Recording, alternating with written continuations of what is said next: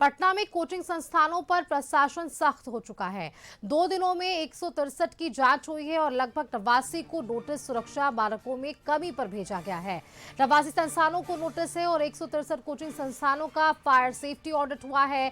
खामियां दूर करने के लिए 7 दिन का अल्टीमेटम दिया गया। 85% कोचिंग संस्थानों में इमरजेंसी एग्जिट ही नहीं है। कई जगह फायर एक्सीडेंशियल गायब या एक्सपायर है। क्षमता से अधिक की बात करें तो एक कमरे में बैठते हैं छात्र। संकरी सीढ़ियां और बेसमेंट में क्लासरूम का संचालन हो रहा है। 21 ऑडिट टीमों ने शहर भर में जांच की है। 7 दिन बाद दोबारा निरीक्षण किया जाएगा और कमी नहीं सुधारने वाले सील भी कर दिए जाएंगे। अधिक जानकारी के साथ पटना संवाददाता अंकिता हमारे साथ जुड़ रही हैं। अंकिता, देखिए, जिस तरह से पिछले दिनों राजधानी पटना में भी कोचिंग कांड हुआ और उसके बाद हमने देखा किस तरह से तमाम जगहों से कोचिंग की खबरें सामने आ रही है कि किस तरह से खामियों के बीच भी उन्हें संचालित किया जा रहा है। अब ऐसे में निरीक्षण हुआ है, कई ऐसी खामियां पाई गई हैं और 7 दिनों का अल्टीमेटम दिया गया है। बिल्कुल सुष्मिता, देखिए जिस तरीके से लखनऊ में एक बड़ा हादसा हुआ, कोचिंग संस्थान में कई की जान चली गई, उसके बाद से देश भर अलर्ट मोड में है। और इसी के मद्देनज़र बिहार की भी बात कर ले तो बिहार में लगभग 163 कोचिंग संस्थानों की जो है वो जांच की गई। 89 को नोटिस दिया गया और 7 दिनों का अल्टीमेटम दिया गया है। सबसे बड़ी बात है, अग्निशमन की जो व्यवस्था है वो बिल्कुल दयनीय स्थिति में है। लगभग 85% ऐसे कोचिंग संस्थान हैं जहां पर सही व्यवस्था नहीं की गई। आपातकालीन स्थिति में अगर बच्चों को निकालने की कोशिश की जाए तो वो संतोषप्रद नहीं है।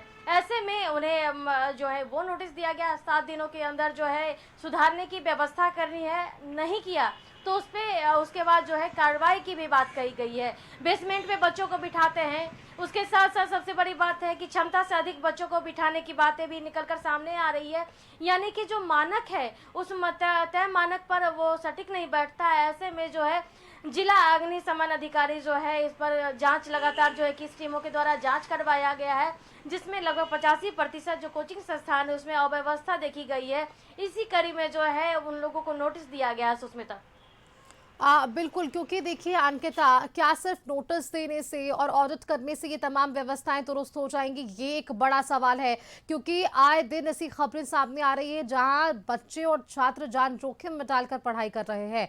ये जो निरीक्षण हुआ है, क्या आगे भी जारी रहने वाला है प्रशासनिक स्तर पर? इसके लिए क्या और भी कोई बड़ी कार्रवाई की रूपरेखा तैयार की जा रही है सरकारी स्तर पर भी? देखिए सुष्मिता, एक तो सबसे बड़ी बात ये हो जाती है कि जब कोई बड़ा हादसा होता है उसके बाद लोग अलर्ट मोड में आते हैं।